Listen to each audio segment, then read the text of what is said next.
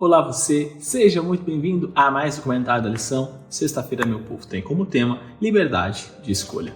Mas, antes disso, meu nome é Ismael e eu sou o seu anfitrião da lição dos jovens. Então, pegue sua lição, pegue a sua Bíblia e me acompanhe neste comentário porque essa lição tá muito top, ó.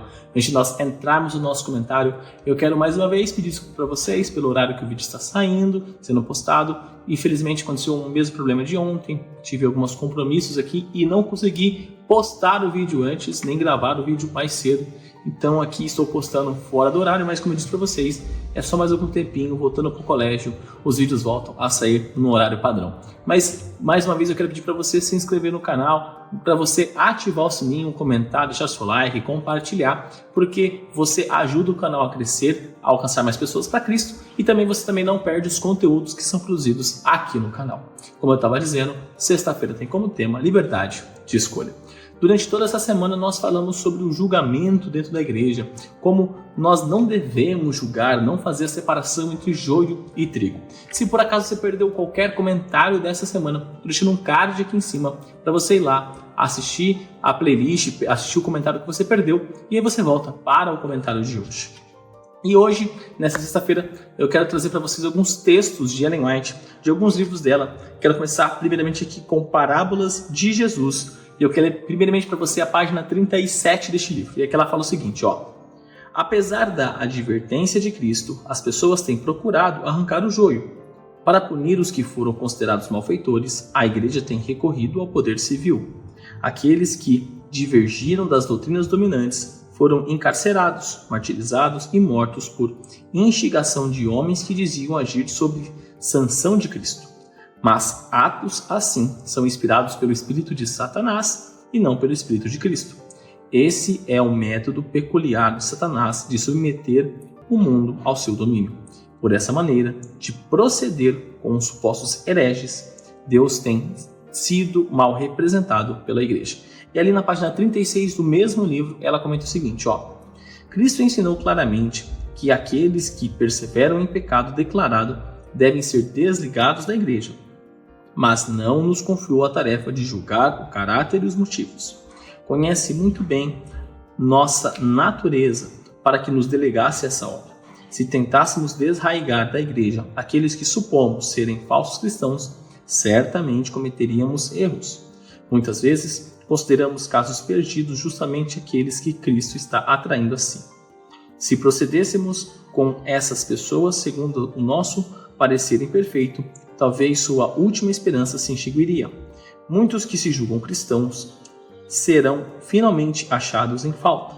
Haverá muitos no céu os quais seus vizinhos supunham que lá não entrariam.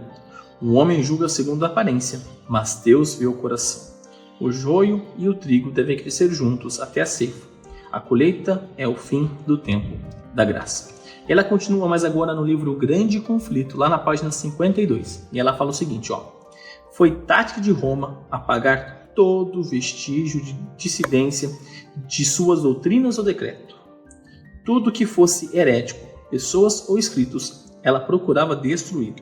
Expressões de dúvida ou questões quanto à autoridade dos dogmas papais eram suficientes para tirar a vida do rico ou do pobre, de nobres ou humildes. Roma se reforçava também para destruir todo o registro de sua crueldade para com os que discordavam dela.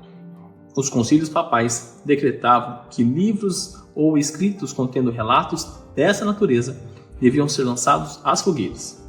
Antes da invenção da imprensa não existiam muitos livros e os poucos que haviam não estavam em condições favoráveis à preservação. Portanto, havia poucos obstáculos para que os romanistas realizassem seus propósitos. E aqui, para a gente encerrar, eu quero ler para você o mesmo livro aqui, mas agora Patriarcas e Profetas, página 24, e depois a página 280 e 281. Então, Ellen White, Patriarcas e Profetas, na página 24, 280, 281, ela fala o seguinte, ó. Nossos primeiros pais, embora criados inocentes e santos, não foram colocados fora da possibilidade de praticar o mal. Deus os fez como seres mortais, livres, capazes de reconhecer a sabedoria e benignidade de seu caráter e justiça de suas ordens, e com ampla liberdade de prestar obediência ou recusá-lo. Agora a página 280 e 81. O objetivo de Deus não é forçar a vontade. O homem foi criado como um ser moral livre. Como os habitantes de todos os outros mundos, devia estar sujeito à prova de obediência, mas ele nunca é colocado em uma posição em que seja forçado a praticar o mal. Não é permitida nenhuma tentação ou prova àquele que é incapaz de resistir. Deus nos proveu de tão amplos recursos que o ser humano jamais precisaria ser derrotado no conflito com Satanás. Perceba que aqui Ellen White ela discursa sobre vários aspectos importantes. Mas eu quero resumir isso aqui em 3 tópicos, 3 pontos, nesses 3 livros que nós lemos. Primeiro, a ação nossa dentro da igreja. Quando nós começamos a apontar dedos dentro da igreja, nós não somos agentes de Cristo, sabia disso? Nós somos agentes de Satanás, é o que Ellen White fala. Se eu começo a julgar, e quando nós vamos ali para a tradução da palavra Satanás, significa acusador, então se eu estou acusando, eu estou sendo literalmente um Satanás na vida daquela pessoa, eu não posso agir dessa forma. Eu posso pontuar o pecado, eu posso ajudar aquela pessoa a resolver aquela situação, mas eu não posso definir se aquela pessoa está salva ou está perdida. Eu não posso acusar pelo estilo de roupa, pela índole daquela pessoa dentro da igreja, se ela está salva ou se ela está perdida. Talvez ela está num relacionamento com Deus muito melhor do que eu. Então, eu e você não podemos fazer essa separação entre joio e trigo. Por isso que os anjos farão no retorno glorioso de Cristo Jesus. E as pessoas da época de Roma não colocaram isso em prática. Eles começaram a definir quem era herege e quem não era, quem era santo e quem não era. E com um simples decreto, uma simples canetada, eles definiam quem estava salvo e quem estava perdido. E olhando já para a Bíblia, a gente já percebe o quanto isso é problemático. Só que isso apresenta que no futuro ocorrerá exatamente a mesma coisa. Uma canetada irá definir quem está salvo e quem está perdido. Do ponto de vista humano, obviamente, o poder político e religioso se levantará mais uma vez e definirá: não, essas pessoas aqui são hereges, elas não merecem a salvação, podem fazer o que quiserem com elas. Se nós olharmos para todo esse período terrível da história cristã, de como a igreja foi perseguida e como a igreja perseguiu, nós vamos ver que eles realmente não entenderam o quesito de liberdade.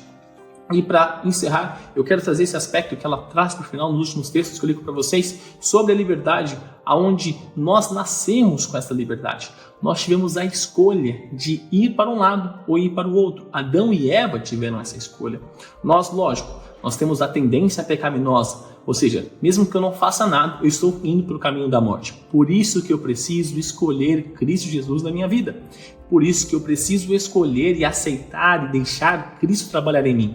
Porque é só através da força dele, do poder dele, que eu consigo vencer o pecado. Porque eu, por mim mesmo, eu vou cair no pecado, eu vou ir nessa direção. Porque somente Adão e Eva, eles eram perfeitos. Agora nós temos a nossa tendência, como o próprio salmista diz: em pecado concebeu minha mãe, ou seja, eu já nasci em pecado, eu vivo em pecado, eu tenho uma tendência ao pecado. Porém, se eu entendo, aceito, deixo Cristo trabalhar em mim, esse poder do pecado em minha vida, ele vai ficando cada vez menor. Lógico, não seremos perfeitos antes de Cristo voltar, mas quanto mais próximo de Cristo nós estamos, menos nós erramos naquelas coisas comuns que nós podemos errar. Então, que fique para você nessa semana uma coisa simples: não julgue o seu irmão, porque talvez ele só comete um pecado diferente do seu. Você sabe onde você erra, você sabe onde você tropeça, você sabe onde seu sapato aperta, onde ele toca no seu calo. Talvez você não sabe qual é o calo do seu irmão.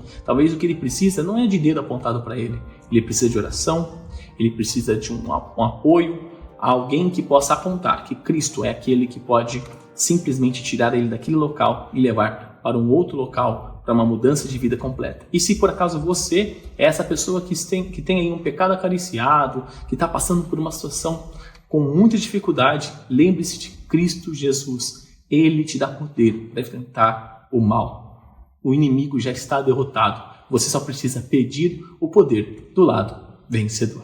Neste momento eu convido você a fechar os seus olhos e orar comigo. Querido amado Deus, obrigado, Pai, por mais um dia. Obrigado, Pai, pela oportunidade que o Senhor nos dá de estarmos vivos, de estarmos na sua santa presença. Gratos somos, pois mais uma vez o Senhor trabalha no nosso coração para entendermos essa lição. Meu Pai, continue agindo no nosso ser, continue nos apresentando essa verdade para que possamos viver caminhando sempre, sempre e sempre a Ti. Trabalhe em nós, nos dê sabedoria para lidarmos com os problemas e apresentarmos as pessoas para o Senhor. Fique conosco, perdoe os nossos pecados, bem como perdoamos aqueles que erraram contra nós. E tudo isso eu te peço e te agradeço em nome do seu Filho Jesus. Amém. Galerinha, não se esqueça de se inscrever aqui no canal para você dar aquela força e também para você não perder nenhum conteúdo que é produzido. Lembrando que os vídeos da lição são postados de domingo a sexta-feira. Então, quando você se inscreve no canal e ativa o sininho, você sempre recebe uma notificação todas as vezes que os vídeos são postados no canal. Também deixa seu like aqui embaixo para mostrar que você gostou do conteúdo, para dar aquela força e também para o algoritmo do YouTube compreender que o canal é de qualidade, que o conteúdo é de relevância e que ele pode recomendar para mais pessoas, assim como você pode recomendar, clicando aqui embaixo no botão de compartilhar e colocando nas suas redes sociais, Facebook, Instagram, WhatsApp, Telegram, enfim, a forma que você achar melhor. E também clica aqui, nessa playlist da lição dos jovens ou nessa playlist das meditações que eu fazia aos sábados com vocês. Então é isso, galera. Espero que você tenha uma sexta-feira abençoada, um santo sábado na presença do Senhor e domingo estou de volta aqui neste canal com mais um comentário. Um forte abraço e até mais.